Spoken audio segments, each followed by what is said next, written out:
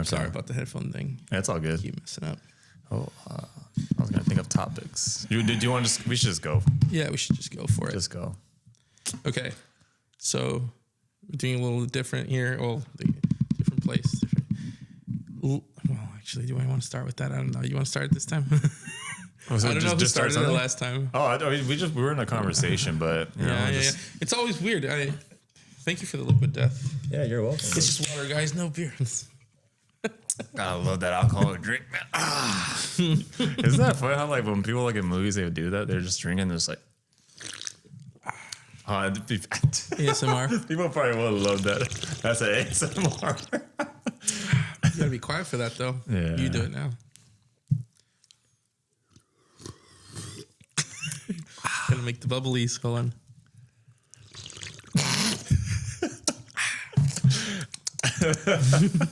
Okay, that's weird. Yeah, anyway. Dude, we actually had on the drive here, we did really good at. so weird about it. Yeah. You guys won't notice it, but we kind of look like twins, unfortunately. Yeah. But I'll make sure your shirt's darker than black and white. Unintentionally, yeah. So on the drive here, we talked about a lot of stuff. I think would have been worth recording, but I don't know if we even want to do that. Anyway, let's talk about that thing later. One, Merry Christmas or Merry, right? Well, when the listeners hear this, it's going to be it's going to be Monday. But I mean, I hope everyone had a Merry Christmas. Yeah, I hope they did. Merry Christmas Day. Because like I talked to you earlier, Christmas is actually 12 days. It's supposed to be a season. That's weird. Like, I think from a commercial perspective, like if they want to extend the Christmas season, like further back than Thanksgiving now, they like swallowed it in. Which to me, I kind of like it. I don't care. I'm one of those that like, I'm cool if there's earlier Christmas lights. However, it sucks that most people just celebrate Christmas Day, Christmas Eve, and then that's it. They think it's over.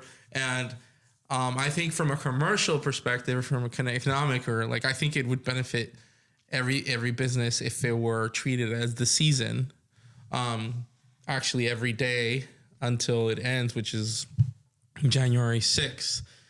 I don't know how the U.S. can do it, but I know that in Mexico you could feel that because we celebrate the Day of the Epiphany, and for you Catholics, which is essentially where the three wise men come, and there's several things that you do traditionally. There's the meal, and with the little baby Jesus that you could choke on and die when eating on the cake. And then there's also the three wise men who bring kids their gifts. And traditionally you don't celebrate Santa Claus. Now I think a lot of people in Mexico do Santa Claus, which I think it sucks not because I feel like we're losing that tradition, which is part of it, but I think from an economic perspective, if you remove, like, you're making parents buy twice for kids, and it's just like, it's better to celebrate Christmas with just meals and maybe give gifts if you want. But if you do Santa Claus, you're kind of putting parents in a predicament of like, oh, okay, I have to buy two, so maybe I'll just choose one, and that's who we do. But I think traditionally when it was on January 6th, you could feel that Christmas was that long, from 25 to for Mexicans, 24 to the 6th. So I think it would be cool if it were like that here.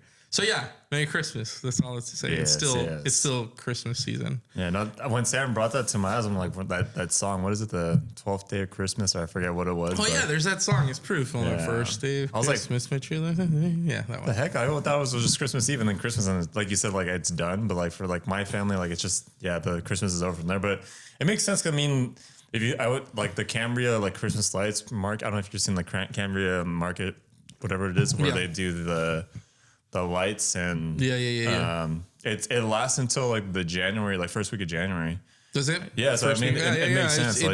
I think it's cooler that way. Yeah, and it now maybe we put Christmas lights Eve like as late as Christmas Eve, And that's late for people here because you now put it like as back as like Thanksgiving Day.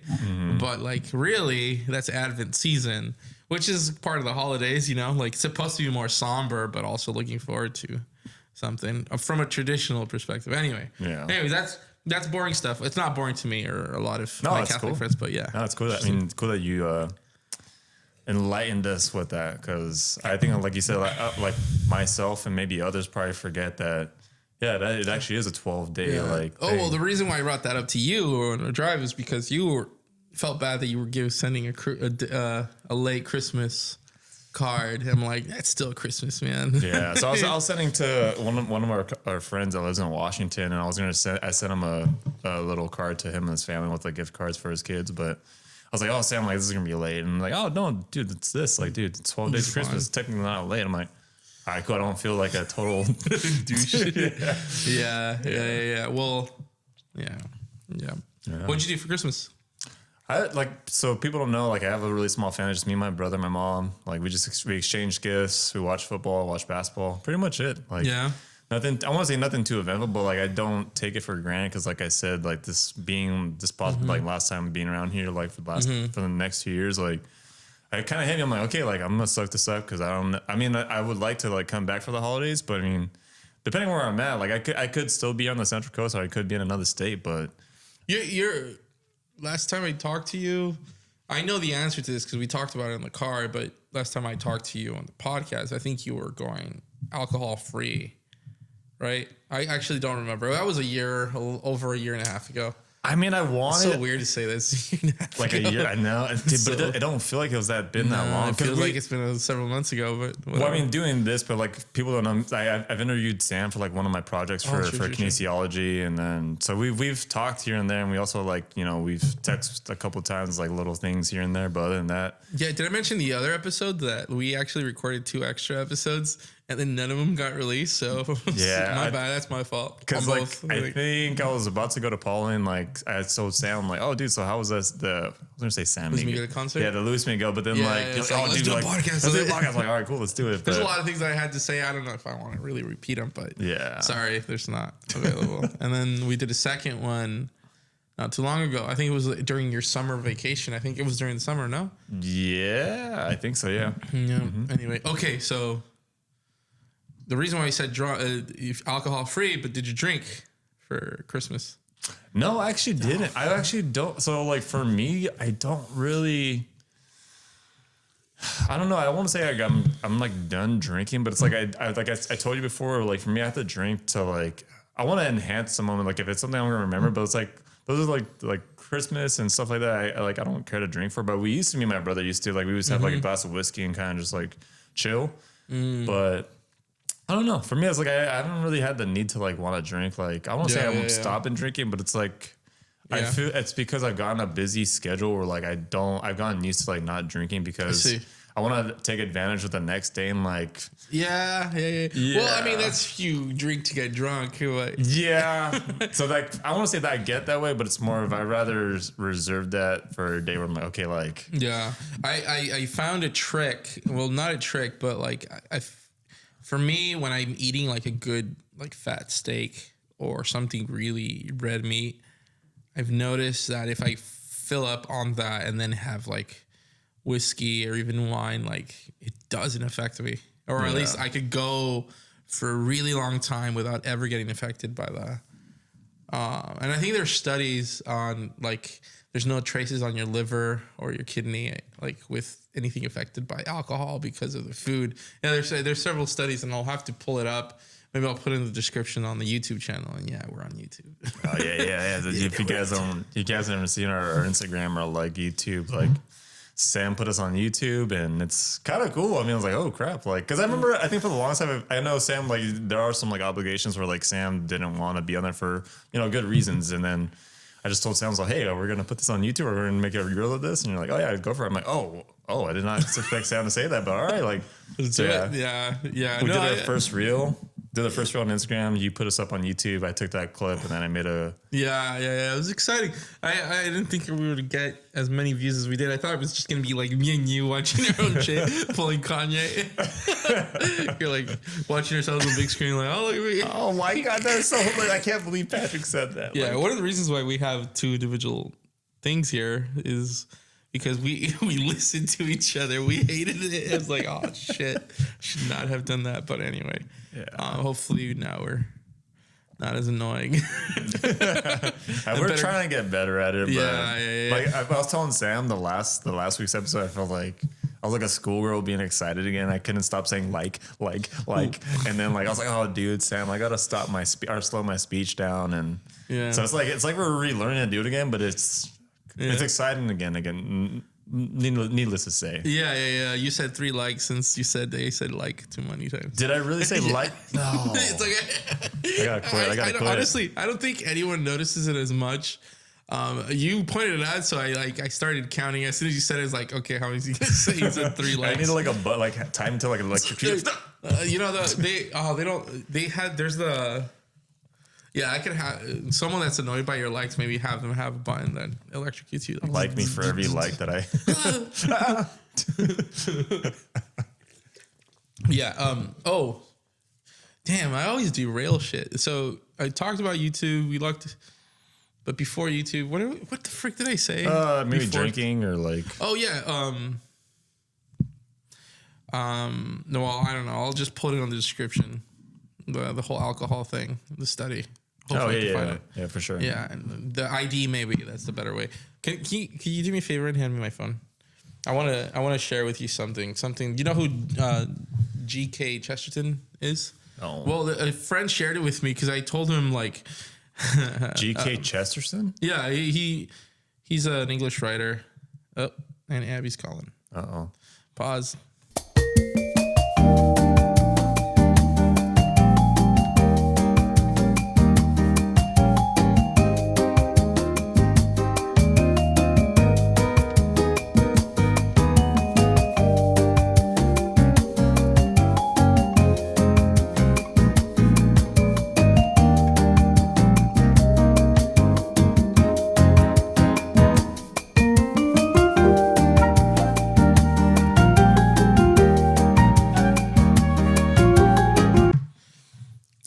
Take off that much time, but well, I guess what I was trying to say, resume, is G.K. Chesterton. Yeah, he did. Let me look for books that he wrote. He's a really well-known author. He wrote The Everlasting Man, The Man Who Was Thursday. None of these. I'm guessing none of these sound familiar. He was a really good thinker, and anyway, but the reason why I'm bringing him up is because a friend, how do I make this short or interesting enough to say it? So, by my own family, so like my siblings, they always thought like, dude, out of everyone, I think you're the stronger drinker. Like, so they were kind of implying, you know, how people like your family shames you a little bit, like guilting you for doing stuff. Oh, yeah. So it's like, okay, maybe I do drink a little too much. So I was like, okay, whatever. And then I had this talk with this friar, this like monk. It's like, oh yeah, I think I drink too much. He's like, what? Oh no, I said, I think I have a drinking problem. It's like, what, really? How much do you drink? I'm like, oh, I don't know. Like sometimes like this, like I sometimes like when I do drink, like maybe just 2 things of like whiskey. It's like, I drink that every day. I think you're fine. Oh my gosh. Like, okay, all right. I got an approval. Anyway, so I thought that was hilarious, and I just told my parents like, go talk to this monk. He said I was fine. But the reason why I'm bringing this, there's this like poem that he wrote about drinking, and kind of like a guide. I was like, that's a good guide for like people that. Let me see. Quote drinking. Yeah, because while you're looking it up and when you find it, no, the last time I actually like really like drank was honestly, I can honestly say I feel like it was Seattle. Oh We're yeah, that on was fun. the rooftop, and like I felt like that was a moment. Like, dude, I always remember that. Like, I gotta chill, but I feel like that that was like one of the last times I drank like that. But I mean, I did went crazy and I bought like strangers drinks, and I was like, oh no, like why did I do remember that? that. Yeah, But yeah. that's the type of person I'm a happy person when Yeah. like I drink. So Yeah, you were. I'm so curious of like, I mean, I don't remember the people anymore, but Sam was like, oh, hey, like, you know, those girls over there were, or one of the girls was like kind of feeling like, Yeah, looking you up, measuring you I'm up so, and down. okay, people that don't know, I'm pretty bad with social cues. So it's like, Yeah, I have to come up with a language to let you know. yeah, You know, talking bro code. yeah. So here's a quote. So this quote was shared to me by this guy, a friend of mine, like a week ago. Anyway, so like, drink because you are happy, but never because you are miserable. Never drink when you are wretched without it, or you will be like a gray-faced gin drinker in the slum. But drink when you would be happy without it, and you will be like the laughing peasant of Italy. Never drink because you need it, for this is rational drinking and the way to death and hell. But drink because you do not need it, for this is irrational drinking and the ancient health of the world. Is it cool? I feel it. I like it. I like it. Yeah. I always, that's funny because I always thought of that. I feel like drinking should be a celebratory thing, not like, oh, I mean, like I'm gonna drink because I'm in my sorrows type of thing. Like for whenever I drink, it was to celebrate something for sure. That's what I'm more of like. That's what I was trying to tell my classmate when we went. I'm like, dude, like, I don't want to go out just to like go out because you could see like how like how addicting it is to some people. Like you see some of the poly students are just really out there every weekend, and you see the people who are in the scene. But I told him, yeah, like we should go celebrate a quarter or go celebrate with done with midterms. Like that's stuff you should do. Do you know much about how addiction happens? Do you know anything? I feel like you would know more than I would. No, I mean. Cause I mean, so I've told Sam and I'm open to this. Like I've done like sports gambling, and it's runs in my family. They'll go to the casino, and then I've gotten addicted to like video games and stuff. But I don't know. I feel like addiction happens because you're trying to fill a void in your life. Yeah, that's what I feel. Because I was of the mind of like it's just a substance, and the substance just has an addictive thing to it. And I think there's some truth to that, but I think really a good indicator that you'll become addicted to something is that filling in a void. And usually a void is there because of either trauma or something or a lack of something, and you're trying to fill it in with something else. See, but then I asked myself, and I asked my barber about this, and I don't know if I asked you about, so what makes an addiction, an obsession, an obsession? Because addiction's like primarily used in society as a negative thing. Yeah. An obsession means like, oh, he has a healthy obsession of. Oh, that's that's an interesting perspective. Hold on, let me think. It's an interesting way to frame it. Because I mean, you could say in the dictionary, it's synonyms, right? They're almost synonyms of each other, but like one's negatively looked in society, and the other one's. You can say like, oh, he has a healthy obsession of reading. I think the word by itself is negative, though. The word by itself, like obsessive. By itself, obsession is. I don't know. Actually, that's a good question. I'll have to think about that. Yeah, I've always asked myself, like, okay, well, what makes an addiction addiction? Yeah, because I could see it like jealous people, right? They could get compulsive and obsessive over insecurities and stuff like that, and stalk people, or just stalkers in general, right? Like, why do they feel the need to stalk, and what's the purpose of it? And maybe one of it is about control. Someone who has control issues, maybe, like someone who obsesses. I have to think this through, but if I had to guess the second, it might be because someone seeks control of something. So I'm very, like, if I had an obsession,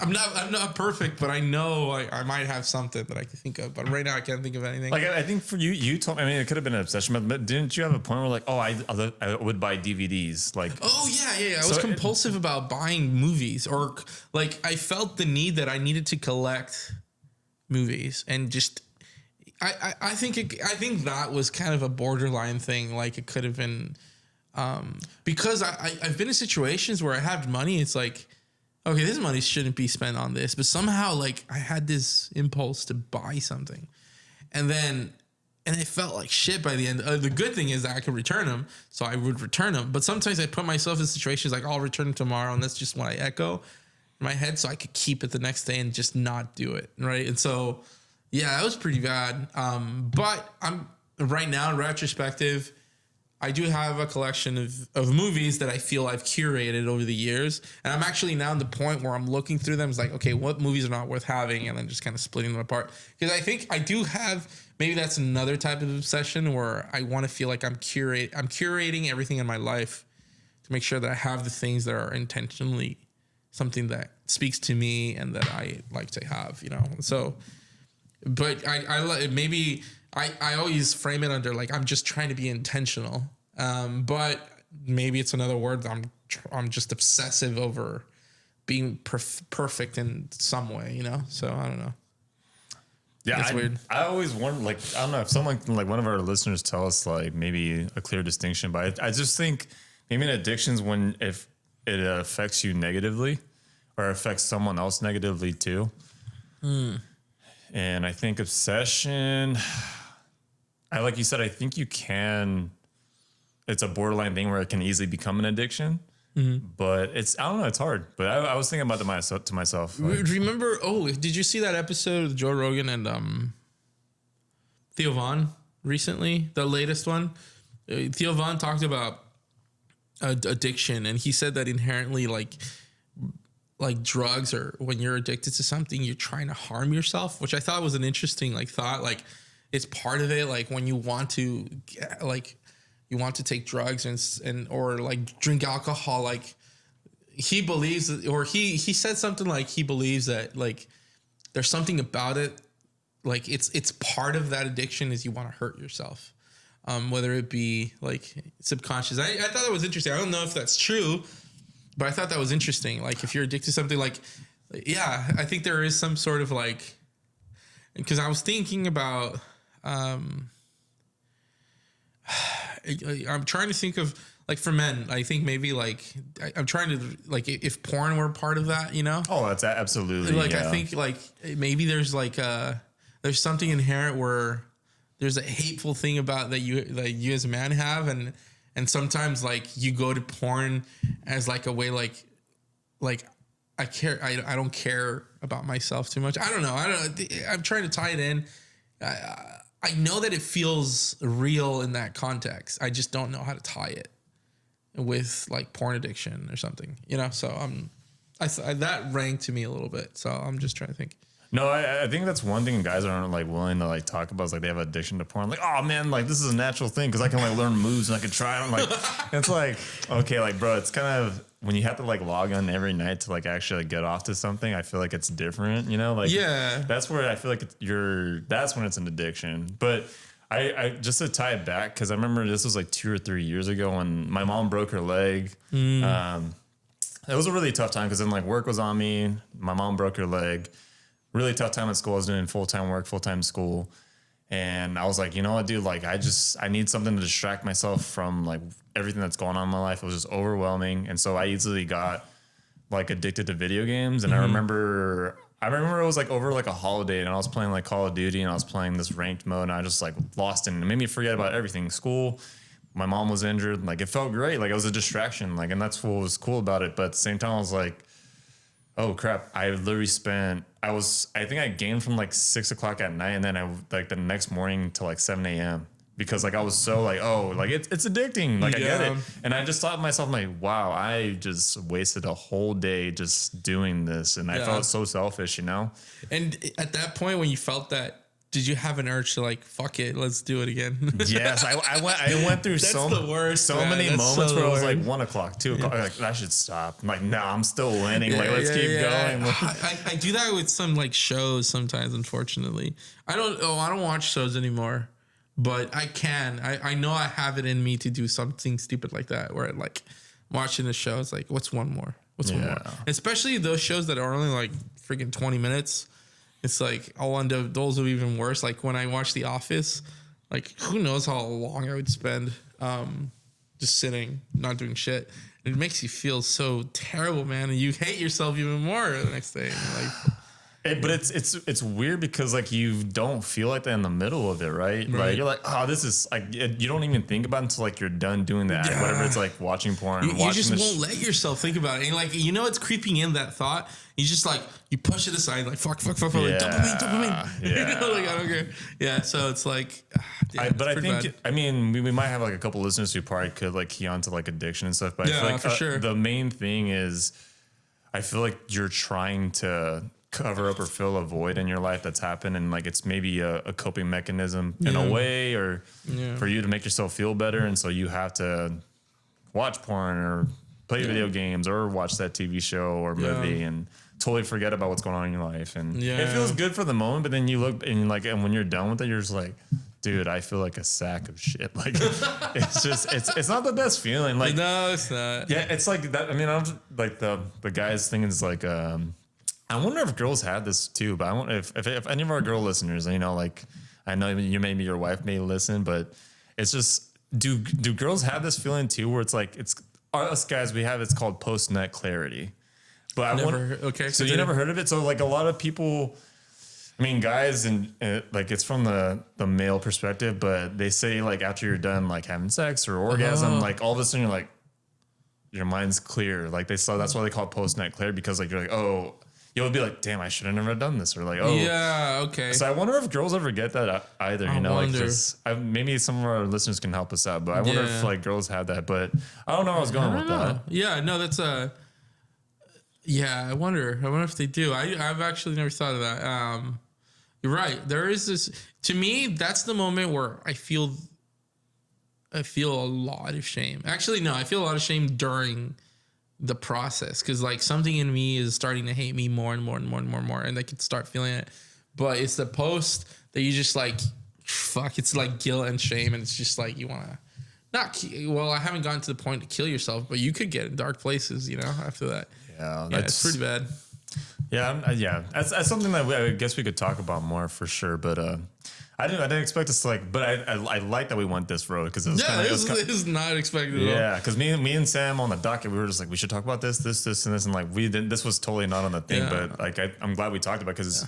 I mean, I don't know how many of our listeners have struggled with addiction, but I myself, and I think Sam has as well. But I think a lot of us have our own addictions. But I think the way that you can combat your addictions is find the reason why you're doing it. Yeah, like, that's the reason. Like, I feel like that's one of the biggest things you could do to yourself is ask why, and it has to be a really good look in the mirror and see why you're addicted to these things. And like, it could go all the way back. Like you said, it could be trauma.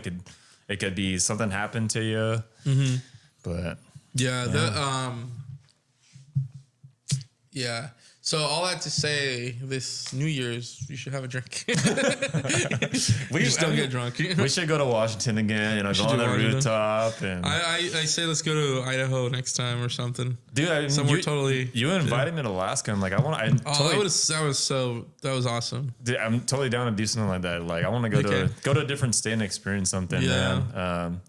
But with the New Year's thing, I know like it's easy to be reflective. Like, right, yeah. But do you have any plans, or like, do you have any like New Year or not? I don't like the New Year's resolution idea. Me, but I don't like that either. Yeah. But you know, there's certain things that you're like envisioning yourself doing in the following year. Is there any direction you're taking life in? Maybe not tying it to New Year's, but more like you just have a new direction for next year, because you know. It just so happens that we all go through these cycles of like whenever the new year comes, it's totally different. Well, not totally different, but you know, a new cycle of work. Maybe in your case, a new quarter, and you're almost ending your school stuff. So it's like you got a lot of stuff coming your way. Yeah, I think one of the main things I was reflecting on, and I feel like now is just like, dude, just forget about like what people think of like me and whoever, like what my life is quote unquote supposed to be to like others. Is do things my way, like, and like actually like act on the things that I want to do. Like if that girl like really find attractive, I should go ask her out, or like Yeah. I shouldn't care about things in my head, like because I was telling Sam the previous episode. I do get negative thoughts in my head from time to time, and it sucks. And sometimes they win, and sometimes they don't. But I think for me, I want to be more. I want to put myself more out there. And that's why I told my classmate, like, we did go out and like done these things for these core. We went to downtown slow, and I want to. Dude, you got to do that cold approach. Yeah, I want to be more. What is it? I don't know. I want to be more not intentional, but I just want to go do things. I don't want to like think about things like, oh, maybe I should do it because of. I'm afraid of what these like people think out here, or I just want to go do things, and I think I'm gonna start doing that. And approaching when you're not used to it, it's one of the most thrilling things, and it could be negative. Like your monsters will come out and beat the shit out of you. So it's like I've seen a lot of men break down from rejection, but the thing is, it's all in here. It really is all in here, and how we lot do of things. Isn't it crazy how like our mind is like a good thing and a bad thing? Like if you get caught up in your own mind, it's kind of a dangerous thing. But if you can like harness your mind and be like, nope, like you're feeling this because it's like, if you just simplify things down, like, no, you're feeling this because X, Y, and Z, like she just turned you down. That's it. Like if you just simplify the thing, like, oh no, like she turned me down because I'm ugly, or oh, I have buck teeth, or blah, blah, blah, blah. Like it's like, no, like that's you're getting caught up in your own mind. If you could just simplify, like she just turned you down, that's it. Like move to the next one. Yeah, I remember several times like meeting wingmen, and we would go and they just break down. And I don't mean cry, but like they get rejected once, maybe twice.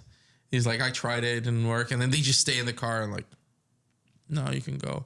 Like, dude, we were supposed to do this. Like, we got to push through.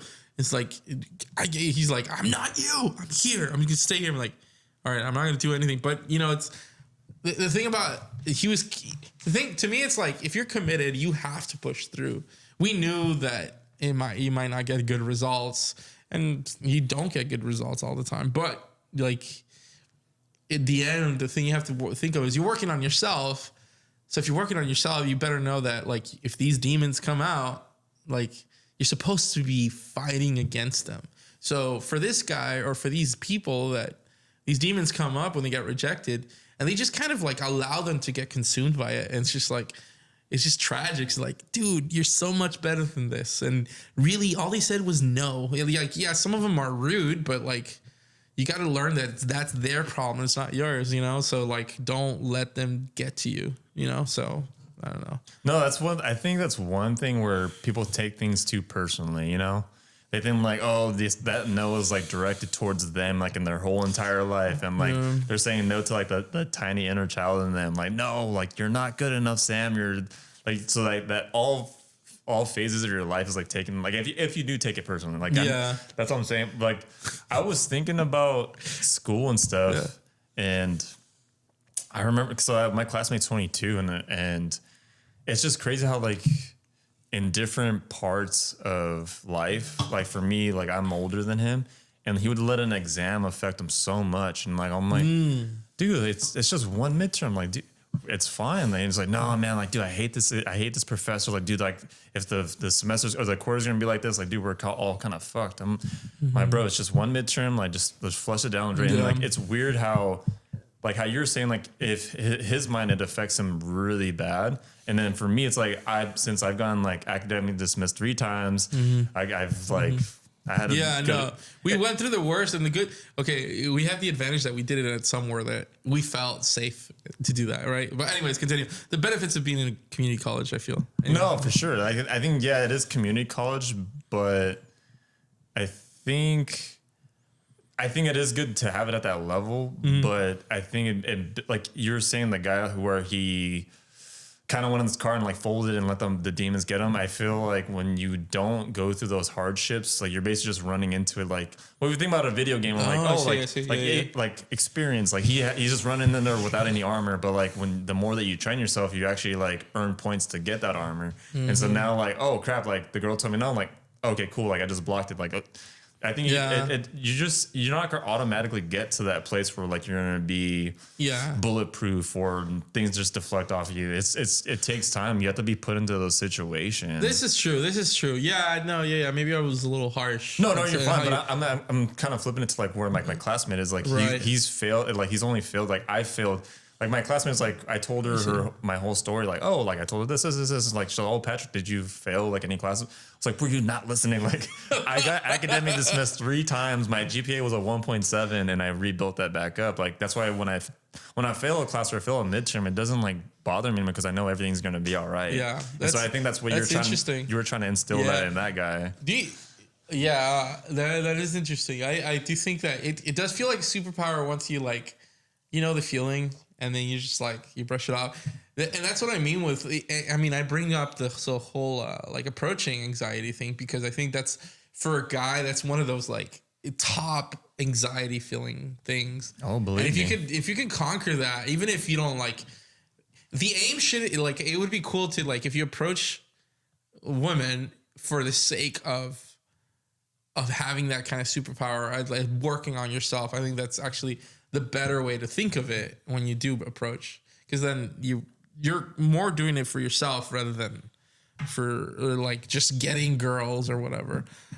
It's cool just to feel like you have ownership over, you feel like you have agency over what happens to you. But you talked about school, and I'm wondering, when I went to Poly, there was an Adderall problem with a lot of students like took Adderall. We all kind of knew it. Do you think that's a problem right now with the people at Poly? It's hard. Do you see that? I don't see that at all. I won't even hear like rumblings of it, so that's why I don't think it's a big problem. I think that's kind of like not in the whole situation with Poly right now. So it's weird because I know like that was a problem. Not even at a Poly thing, but I mean, it was one of those things where like college students would take Adderall so they can like stay focused and like do the midterm thing, right? Yeah, which to me it felt like I was cheating. To be honest, me as someone who was there, because I had a lot of, most students that I knew in the engineering department would use Adderall, and what sucked about that, it create like toxic environments. Like I do think like a lot of people who took Adderall, one of the side effects were like compulsion or like they seemed bipolar, and yeah, it was pretty bad. Like they would get annoyed by people, and then all of a sudden the next day they're like happy and shit, and like fuck, it was just so bad. Like you think they'd be friends and then they're not, and just like, or like you'd ask them questions like, you fucking studies, like, dude, I'm not, like, what the problem? I just asked you a question. Damn. And like, yeah. So I wonder if that was I wonder if like your friend would actually take like Adderall and stuff, like, cause I know that the side effects of that kind of stuff can cause that sort of reaction from a student. Yeah, no, he doesn't. I know he's pretty busy and he takes his like education seriously. So when like he fails a class, he feels like it's him personally. Like I don't feel enough for the class, you know, like yeah. But it's funny because I don't want to like run circles around this, but I know we're kind of short on time. That's all good. But I want to make sure we make it quick. Abby made the case that we're fine. Like, okay, well, yeah, I just want to make sure. I want to keep it short as well because I want to respect her time too. But it goes back. It goes back to the alcohol thing. Like you had that poem, and it also like it ties into this in a way. I feel like with the whole Ritalin thing. Like my mom always told me where she was like, well, with drugs and alcohol, like you take the drug and alcohol, it's not gonna make your problems go away. And this so like is very true. That's what. So when you said that poem, or like I don't know the guy who wrote it, yeah, like yeah, it's true that you shouldn't take it in like deep dire times where like you feel like crap, because when you're sober and you sober up from the drugs or alcohol or you took, it's the problem's still there. Like you still have to address the problem. It's not gonna make it. It might numb it and might forget it for a little bit, but it's still gonna be there. And I feel with the Ritalin thing, I don't know. I feel like there's a problem there in some like their life. I feel like where they can allocate more time to study, or maybe they're not like, yeah, I don't know. Maybe they're not retaining the information. Maybe something's not clicked, but I'm not too sure. That's why it's kind of hard to see that. And it sucks that some people, I see it from a standpoint from a young 18 to 22-year-old where daddy and mommy are spending cash for you to come here. Yeah, and you don't want to fail. Yeah, because I don't know if I said this in a podcast, but I dated someone that lives in the area.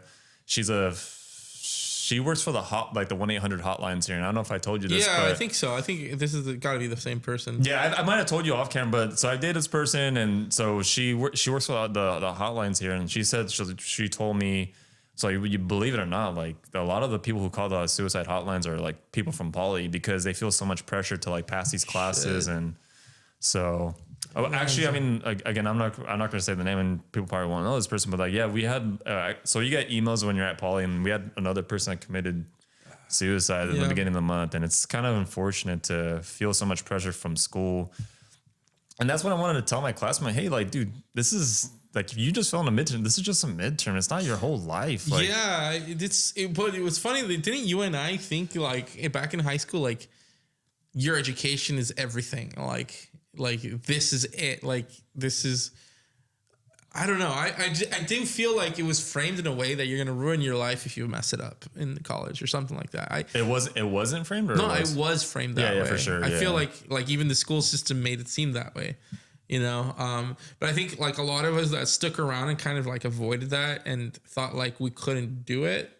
I'm not sure. I'm not saying that you did that, but like to me, it was just like I just want to do my own thing. I'm gonna go to Mexico, which I did, and then I came back, and now I'm like, okay, I'll just go study. And Hancock, it's low pressure, or it's still high pressure. You know, you still feel pressure, but it's in the right amount. I feel, but you don't. I think your ego, like most of us that went to Hancock, our ego was down.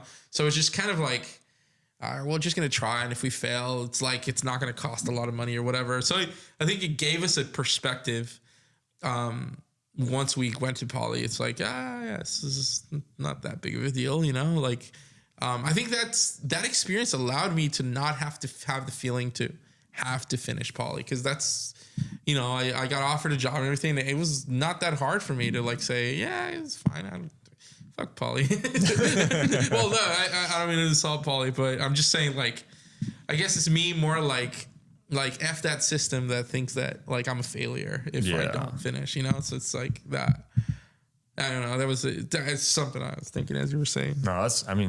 No, that opens my eyes to like a lot of it. Cause like, dude, some of the class I'm taking, like, why do even me and my class, I'm like, dude, why do I have to take physics? Like, I just want to like help someone. I mean, I'm sure that there's a way that you can tie physics into the whole thing, but yeah, we're just like, dude, I've said this multiple times, but I feel like there's so many hoops and things you got to jump through just so I get it. Like there's, because it's impacted now, but yeah. But I mean, I want to respect your time, but I want to ask you. So, like, what's something for like your New Year's? Like, what are your plans, or what's something that something that you're looking forward to? If there's like goals. Well, I think, I mean, when we finished last podcast, I told you that there were certain like changes in the business, and I don't think I want to particularly talk about that right now.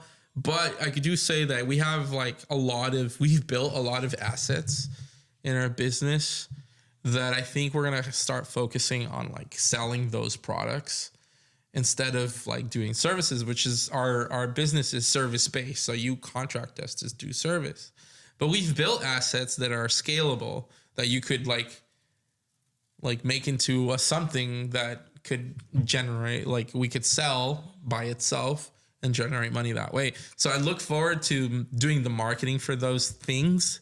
We can talk about it more next time, but and so I look forward to that part. The thing about my family though, it's like I'm gonna say it, and if I'll ask Abby later, and if she doesn't like it, I'll just kind of blur it out or beep it out. But basically, our goal is by the end of next year to be pregnant. Again. Yeah. Or like sometime in the fall. Dude, that's awesome. Yeah. So it's like, oh yeah, let's try it again. Like we hope we're in the mindset, because like right now we're kind of going through the motions and we're just kind of like having fun, or it's not even having fun, but like we're trying to have fun, and then at the same time like we're highly anxious because of whether it be financial reasons or plans are not going according to plan. And we have this mindset, we have this approach, and I think it's very unorthodox. Considering the society how it is today, where it's like the way we see birth and building a family, we don't necessarily want to plan family. I think we want to like really kind of like feel each other out, and because it's not like we're always in the mood for sex. It's not like she's always in the mood for sex. Like you really want to have sex when you're both in the mood for it, right? And you get kind of aligned. So like trying to be the healthiest as possible, and let's just kind of let the emotions happen. And then when we do feel like it, we do it. And if a child comes out of it, great. So, but I don't think we're in that space because of all this like stuff that we're in. Like, and so we still try to keep that spark alive, which is not hard to do. But what I'm saying is, it's not like I have a problem with Abby and Abby doesn't have a problem with me. It's more like Abby, we both have things that we worry about, and that's kind of distracting us from focusing on each other. So what I am looking forward to is, I mean, I talked about it last season, where like I want to do more dates. I ideally want to do that. So what we did for Christmas is we did this game where we were gifting each other dates. So this is like we created dates for each other. It's like, this is what I want to do on one day, and then we play for them, and then we kind of put them on a calendar, and that's what we're gonna do, and kind of make sure that we do them. And just kind of put it in the calendar and make sure that they're there. And it's one of those things that like, hopefully that will keep us going, right? Because I think in a marriage, you want to focus on dating. It doesn't end once you, like, I feel like that's like using each other. It's like, okay, now you're my comfort, I'm your comfort. Let's just say, like, no, I think you have a responsibility for each other to keep that spark going. So I just want to make sure that we both have that. Yeah. So family, that stuff, I think I'm really excited to do. Like, do a bunch of. You'll see the list. Like, I won't show you the list because some of it's a little spicy, but like, it's none of your business. So, Abby, oh my gosh, you. And then there's there's the business stuff, and I think it's all exciting, but it's scary too, because especially the business stuff is scary because I have no idea if we're going to be able to do that. And if we don't make that, that puts us in a vulnerable position as a company. So, yeah. So when it comes to like setting goals, what do you feel like that makes a goal kind of intimidating for you to like not go? And I won't say not go after, but this can apply to like our listeners or anything that they're making up a goal, but how do you set a goal where it's definitely attainable, but it's not like where you're sandbagging and it's like, oh, this is a goal. Oh, I'm going to clean my room tomorrow. Like, you know, it's how do you? Yeah, that's a good question. Like one of the things that one of the things that's frustrating about me, about myself, like what I think about myself is that I'm not the younger person I used to be. And I was very committed to things. And like, for example, I've been getting on and off on diets for like the last 2 years, and I think it's only getting worse. And I think I'm not entirely sure what I'm doing wrong. I think I might have to relearn things. I think I've built habits when I started kind of living fast, and that kind of started happening when I started the business. So it was the business. I got engaged. Was doing this other job, kind of transitioning out of it, and then having kids, and just all the shuffling and just kind of living fast and not living slowly. And I think when I was in my 20s, one thing I admire my younger self then, that I took things slowly, and like I got invested in things that interest me, and I'll go super deep on that stuff. And I still do that, but now I have so many interests and go deep on all of them. But it's hard to really push through. So right now, like the goals right now are my necessities. I need to have a relationship with my wife, which we do, and just build on it. I need to have successful business. So I have to hyper focus. That's the only thing. And what sucks is like my health should also be one of the first things. But because it's me, it only affects me. Like, I feel like I leave it last. And whenever I feel like I need to, because I realized that I went off the rails when I will start business. And I do think I am seeing a counselor, and I do think I have high anxiety, and I think that affects my health. And yeah. And so it's hard for me I put myself last in those things. It sounds like I'm like, oh, he's such a humble guy. He believes, nah, it's like stupid. Like it's the stupidest thing to leave yourself last because it all goes to shit. But it's hard to dedicate yourself for myself with goals for myself. So the business thing, it involves my clients, it involves my employees, and then involves my family because it's what I make and it's for the family. So I know that those goals have to happen. The things with my wife is also, she depends on it and my family depends on it. So I feel like those goals, because so many people depend on it, are more attainable because I'll go more hard on them. When it comes to me, I'm the only one affected by it. I know that more people are affected by them by proxy, you know, but I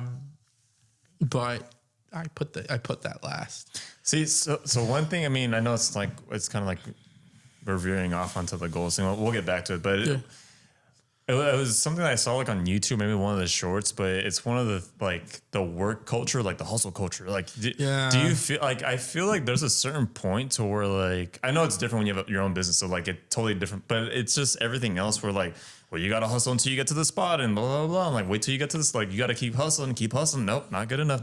And like, do you feel like that's good? Like, do you think it's good to have that kind of mind? Or I don't get me wrong. I feel like it's, for people like for us, we grew up in Guad, you know, we were definitely like part of the low income families. I feel like it was already innate in us to want to go do something and be somebody because of the town that we grew up in.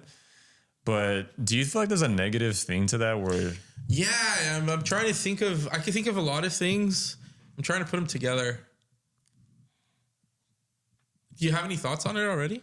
For like the whole hustle code, I like it, but I feel like there's a negative point to it where if you're just doing it to just keep hustling and like totally disregard your health, I think it's not a good thing anymore. Sound like workaholics? Yeah, like I think it's definitely amongst like the influencers and everyone's like, oh, you gotta like, I did this and I made $60K in a month, blah, blah, blah. And it's like a lot of them are posers though. I feel like a lot of them are fake. I know, but then like there's people that just like can't, like they don't function normally if they don't have work or aren't busy, you know? Yeah, no, this is true. So, I can think of a lot of people in my head that do that. Yeah. So like they want to be busy for the sake of being busy. So I don't know. I thought about that, and it's just as a man, like I feel like it's always like he's got to be a blue collar guy and he's got to like have this truck and he's got to have like this trophy wife. That's true. I do fetishize of having a truck. I do want it. Sounds like I do want to be that guy. Yes. Anyway, pause on it. I got to pee.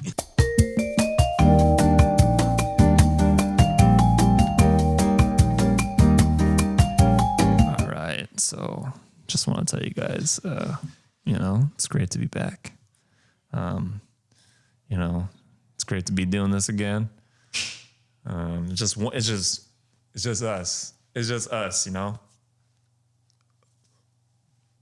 It's just us, you know. So, you know, speaking one-on-one with us, man, it's good to be back, you know. Just great to be doing this again with Sam. And I just said a whole lot of nothing there. I just realized, but you know, it's good to be back doing this. I hope you guys all had a great holidays. 2025 coming up. I hope you guys have a great upcoming year and just go after your goals like me and Sam were talking about. And yeah, it's crazy how like when you get older, the years just keep going faster and faster and faster. And then soon enough, you're going to be 40. So it's insane. About to have my birthday here in March in a second. And just reflecting on the whole year is just kind of crazy. And I think it's important for all of us to like reflect constantly, because I feel like what if the things that you're chasing, you already have you know? So yeah, I don't know. We'll have to see what Sam thinks about that. Dude, I really thought someone was here or something. Like, dude, what's going on? So I was having a one-on-one with our audience, you know. The one thing I was saying, because you know, like it's easy to become reflective when the year ends. Mm-hmm. But like for me, one of the epiphanies I had at the gym was like, well, I started becoming more. I'm not gonna say I started, but like, what if we became more reflective, like from time to time? And because I feel like when we're talking about the whole hustle culture, do this, and like you're chasing after these things that you want, and like the status you want to be, and you want to be here. But what if you reflected constantly, and like when you first started the company, when you first started bodybuilding, when you first started hitting the gym, like think of that person, like what they wanted to be, and then it by always, because I feel like we're always resetting the bar higher and higher. Like, no, I got to make X amount of money. No, I got to have this business. Or like, no, I got to look this buff. It's like, well, if you reflected, what if you thought about, dude, you have all the things you really wanted already. Like, why do you have to keep setting the bar higher? Why do you keep putting the field goal post farther? Let me see if I can reframe it. See, I'm gonna try to summarize it in a different way, and I'm wondering, by doing that, I want to make sure that I understood what you have to say. In other words, why don't like you might be thinking too much into the future and you're not living in the moment. And like you have everything at your disposal to be happy, to be content, to have meaning, to have purpose. And like maybe these goals are really just an aftermath, but really like these things are the things that will make you a better person, sort of deal, you know? Maybe. Yeah, I mean, it's because I feel like we're constantly always like, what's next? What's next? Like when you get the goal, like what's next? Okay, hey, like we have this third kid. What's next? Or oh, hey, Patrick, when you get your master's degrees, what's next? Or like, it's just, well, dude, remember the days when you were actually like wishing to be like, oh, I wish I had a family, and then, dude, 2 years ago it was just you and Abs. Like you're like, oh, hey, like it's just gonna be us. We're gonna get married, and then like we're gonna pump some kids out. Pump some kids out. And then you got two already. Like, so I mean, I'm not saying like you should stop there. I mean, like, hey, like whatever you want to have your goals, but I feel like a lot like society in a way where you always constantly chasing happiness or always setting the bar higher or always like, it's like, dude, like you set the bar here and like, shouldn't you be, I don't know, say it should be happy enough, but just remember like you've passed that goal and like you hit that goal. I feel like we don't spend enough time reflecting on our accomplishments. Yeah. And we're always constantly setting new accomplishments in a sense. I think that's super awesome, Pat. I think that's you hit that. That's like spot on. Like I think that has been a problem of mine lately as well. Like it's hard to live on the day to day, and I think part of that is focusing too much on the problem. Maybe that's the thing, right? Like don't focus too much on the problem. Focus on what's good for you. I know. I don't know if that. No, I mean, because I think about it like for myself. I'm like, dude, well, I'm 33. I mean, it doesn't get me down. Sometimes I won't say it does, but it's like, well, Pat, you're single, you're 33, you don't have a wife, you don't have a family, and like it's easy to like fixate on those things. But at the same time, I always look back to my situation. I'm like, well, I still got my mom, and my brother here. I'm pretty relatively healthy. I'm going to Cal Poly, like, so you always have to bring it back because I feel like it's easy to look at the things you don't have, like you were saying, and see it as a problem, but then in a sense you should like flip it in a way to where like it benefits you. I'm trying to think of like one of my favorite things to do are projects. So like I think one of the reasons why I love filmmaking is that it by itself it's almost like event planning and at the same time like building a project. So you're planning something out, you're kind of envisioning something. And then the next step is kind of making sure you have all your chips in place. So you hire, you look for things. And then on production, you put all those things together. So things happen. And then along the way, and then you get the kind of like this, right? You're recording now. We're in production phase. We're recording. And then the next thing is storage, labeling, exporting, formatting, and then taking it to editing. Editing is the next phase. And then you edit. You re-edit until what you had visioned, everything's like as close to it. Or if not, if that didn't come out right, like you come up with something else that works and then you distribute it. So like, I think maybe I'm just drawn to things like that require planning, but I'm trying to think of like, I guess to me, I don't love filmmaking because I create a product by the end. I think there's something I asked Abby a couple of days ago. Like, do you know what my favorite part of the filmmaking process is? And she thought like the production end. So like when you film, it's like, no, I like the planning phase. So, and I enjoy it. I care less about like, no, that's not true. I don't care less about the product, like the end product, but I love, like, if they say like, oh, you're a filmmaker, I need your help. Like I'm in. And then they say like, I need you in the editing. Nah. Like I want to be part of that. Like you want to see the seed, plant the seed. Plant the seed, like plan it out. So I guess that's similar to creating goals and planning out a goal and then working it out. But I do think that the process of planning is enjoyable. So it's not like you're right. Because as soon as we launch the plan, it's not that I start less liking the process because it's slowly like it's deteriorating. The vision you had in my head, like it's slowly going deteriorating. But that doesn't mean it's enjoyable. I love it. I love all of it. I'm just saying that the liking goes down the further out it goes. So I guess I'm just trying to think of like, so I love filmmaking because of that, and maybe I just love planning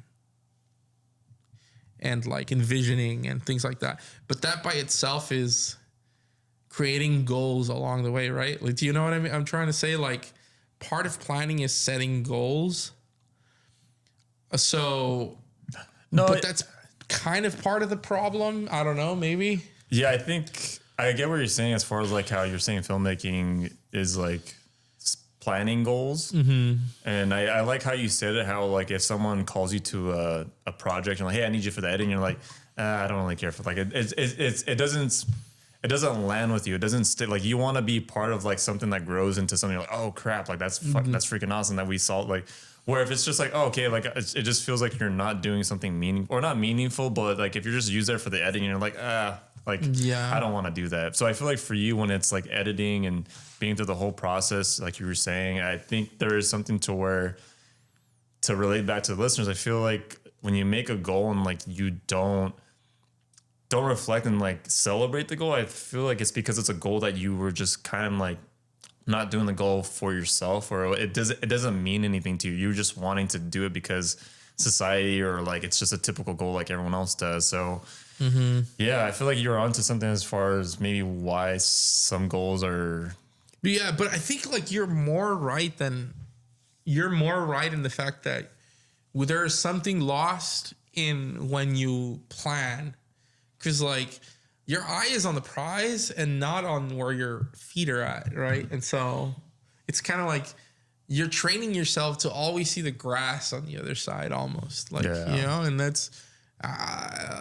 It creates bad habits, bad thinking. Like, because I think I don't know, or maybe I've seen it somewhere, but yeah, like the goal is to like graduate. The goal is for you to like make a film, or like obviously the end product is to make a film, and for me it's like to get a degree or whatever it may be. But it's the little moments in between that are what make it up the goal. You know, it's not like, oh, like let's just get to goal and like it's gonna feel like, but it's most times than not when you get to a goal and if you don't enjoy the process up to it, it's just like you get there, you get that trophy or you get that film and you're just like, this is it? Like this is what it's supposed to feel like? Or do you feel like that? And that's why I think why people want to set another goal is because like that goal wasn't so fulfilling to them. Like if you made those little moments. You say white people?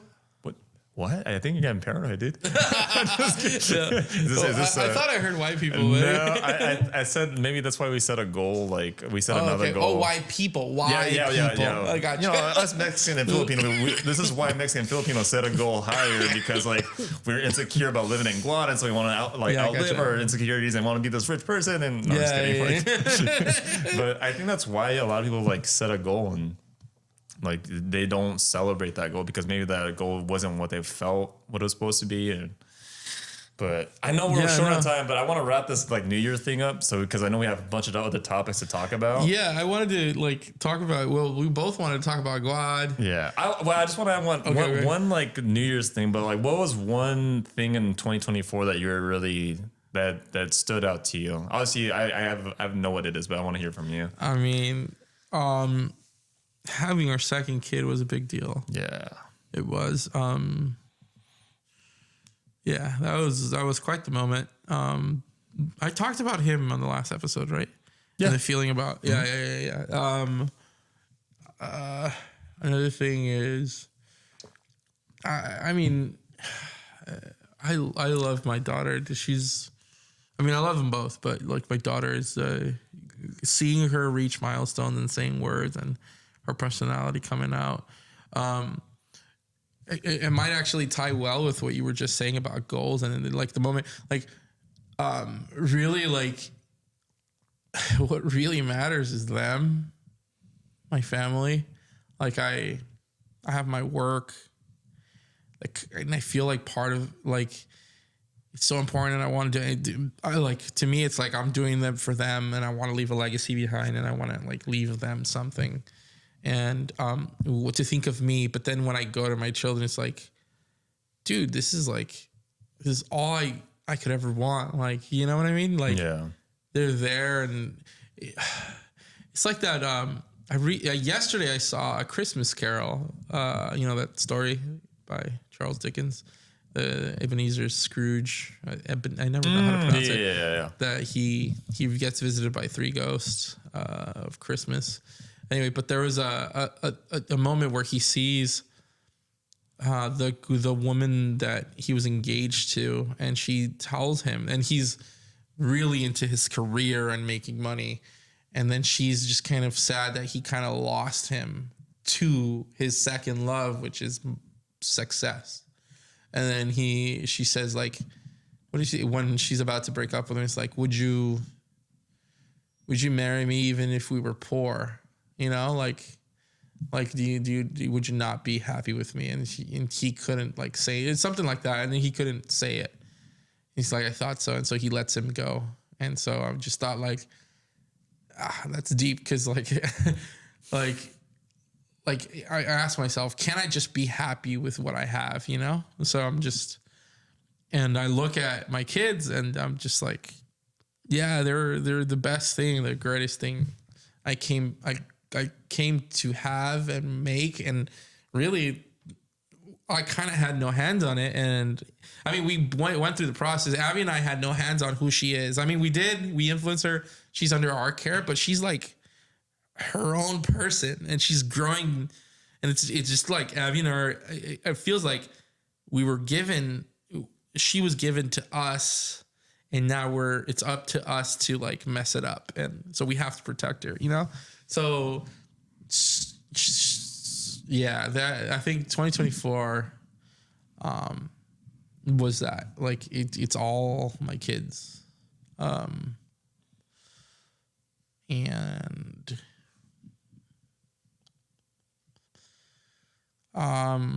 yeah, actually I think that's it, man. I can't top that. I really can't. So Damn, that was deep. Yeah. That was deep. Anyway, Like, yeah. that's insane. What about you, man? I mean, man, it's kind of sad, but I feel like, I don't know. I feel like every year it's just like kind of just, it's all meld, and like I won't say no days like stick out to me, or Yeah. I mean, I don't know. I mean, getting past this past quarter, because like it was a big deal, because obviously if I would have failed the physics class, that would like push me back another year. But yeah, dude, you've survived Folly, man. And you're almost at the end of the line. That was fast. yeah, and that's why I became so reflective. I was like, damn, like okay, like I passed this class. Okay, I gotta apply to some of these grad schools. I only have 2 quarters left. And I was just like becoming really reflective. I'm like, okay, like dude, think about the things that you've done in your past where like you would be totally proud of yourself, because like I said, we always raised the bar, and that just came to me like, dude, I remember the days I wanted to be a poly. I remember the days I wanted to like be close to like being done with poly. Like sure enough, they're here in like 3-4 months. And so, but honestly, I mean, I feel like the whole year in general, I think the proudest moment for me is maybe just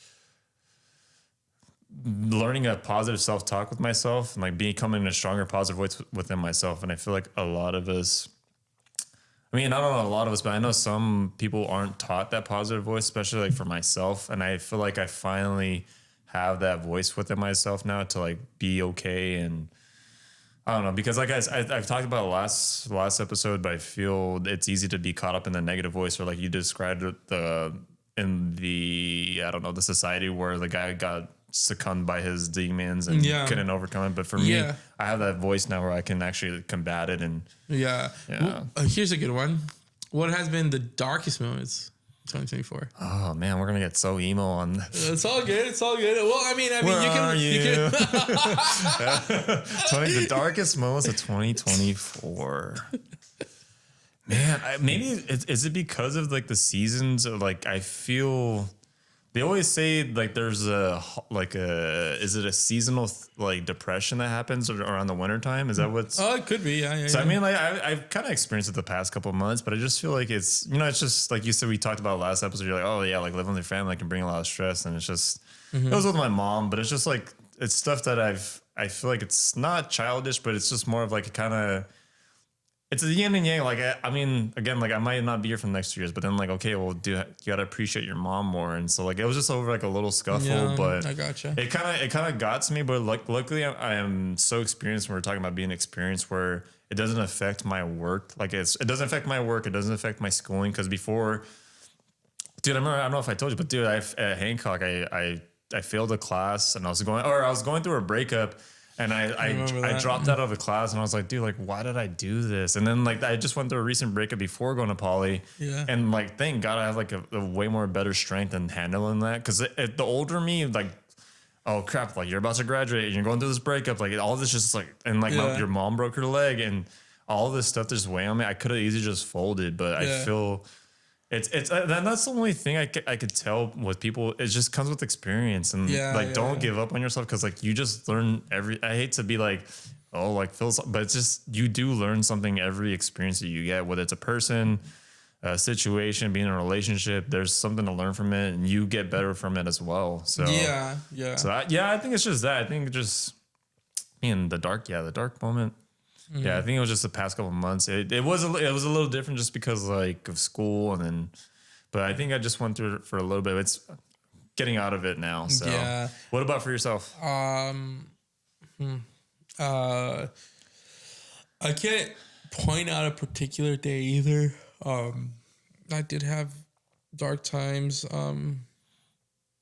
Actually, before I say that, I think I gotta say something about you breaking up. Like, I think you handled yourself pretty like in a healthy way. You know, you focused on you instead of like trying to reach out and like fill voids or whatever. I mean, maybe there was some of that, but like I think it was at a good healthy dose. Like, thanks. Yeah, that was really cool to see. I was talking with my barber about that, and he asked about it. I was like, hey, so like whatever happens to that one girl? And I was like, like I haven't talked to her. Like it's just he even said that too. He's like, I think you handled it a lot better. And I told him.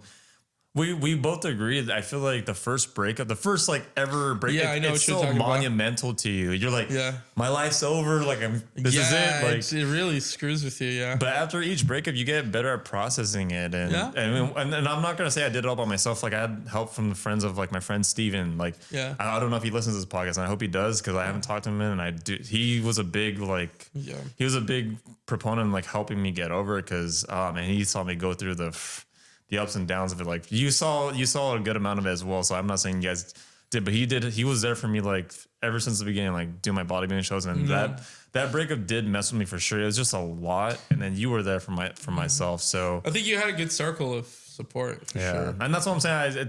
I always hate, I don't want to say these people, but I'll make it short, but people were just like, oh, I'm self-made. And it's like, shut up. You've had like down the road, you've had support from something, whether it was like a coworker spotting you, like I'll pick up your shift and blah, blah, blah. Like you're not you always have a support system, whether you know it or not. Like, this is true. I agree. I believe that. Yeah. It could be intentional. It could be not, but it could be obvious, but dude, I have solid friends and then family. So I remember when I had hard times, and these weren't from breakups. I'll get back to my dark moments. But I remember like I had dark moments when I was like a teenager, and I wouldn't call myself self-made, but like there were authors, there's literature that I read, and they helped me get through shit. And it's like, that's not my knowledge that I earned. It was earned by someone else, shared it with me, made it available to me, and I got better. So I have them to thank. you know? So, but for me, my darkest moments this year, just to kind of wrap up, it's, I can't pinpoint when it happened, but I realized that I had very little. I think this is one of the few years where I've had little interaction with friends. Like I think like I got really distant from all my friends, and that could have started with me overworking and just being busy. But also I do think that like for some reason, I'm not, this is not kind of being hateful to friends or anything, but like I think we're all busy. We all have our own worlds. It's no judgment at all. But it was a year that it so happened that with me and even Abby too, it's like we just weren't hanging. We tried to make it work with certain friends and hang out more, but it was just one of those things that it just felt like it was still missing. Like we couldn't like connect very well with friends. With the few moments that did happen, they were wonderful. And there was plenty of friends that I could shout out to that kind of made this year easier by having their friendship. But I do think it was a year that I hardly was with friends. You know, aside from being with Abby, obviously we're all we all love each other and support each other. But like this, you know, leaving time for friends. Like there were weeks and weeks where I just wouldn't see friends, you know, like I wish I did. And I didn't realize how much like how important they are to have them like available. So it was hard, and it's weird because everyone's in their own world. It's hard to reach out and say like, hey, how you doing? You know, like let's meet up or whatever. And and then if they can't meet up, you feel like, oh, okay, it's fine. Like you don't want to be a burden.